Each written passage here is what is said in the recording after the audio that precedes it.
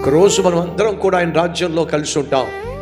కాబట్టి భూమి మీద ఆయన బిడ్డలుగా, ఆయన కుటుంబ సభ్యులుగా ఇలా మందిరంగా కలుసుకోవడం దేవుడికి చాలా ఇష్టం.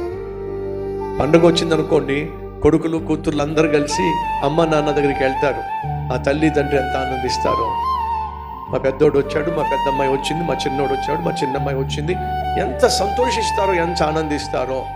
అలా సంతోషించి అమ్మ నాన్నకు ఒకవేళ చిన్నోడు రాలేదనుకోండి, మనసంతా ఎవరి మీద చెప్పండి, అందరూ వచ్చారు కానీ ఆ చిన్నోడు రాలేదు. లేదు పెద్ద కూతురు రాలేదనుకోండి, అందరూ వచ్చారు కానీ ఆ పెద్ద కూతురు రాలేదు. అందరూ వచ్చారు కానీ ఆ పెద్దోడు రాలేదు.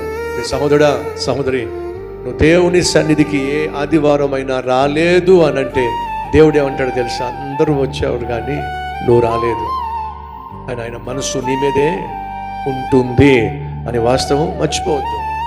అలాగే నువ్వు ఏదో నిర్లక్ష్యం వల్ల ఏదో పని చేసుకోవాలి, ఏదో 10 రూపాయలు సంపాదించాలి, లేక ఎవరితోనో వెళ్ళాలి, ఎక్కడికో వెళ్ళాలి అని చెప్పి దేవుని ఇంటిని నిర్లక్ష్యం చేసినప్పుడు, దేవుని సన్నిధిలో నువ్వు కనిపించినప్పుడు, నిన్ను ప్రాణంగా ప్రేమించినటువంటి దేవుని మనస్సులో నువ్వు వేదన పుట్టిస్తున్నావు.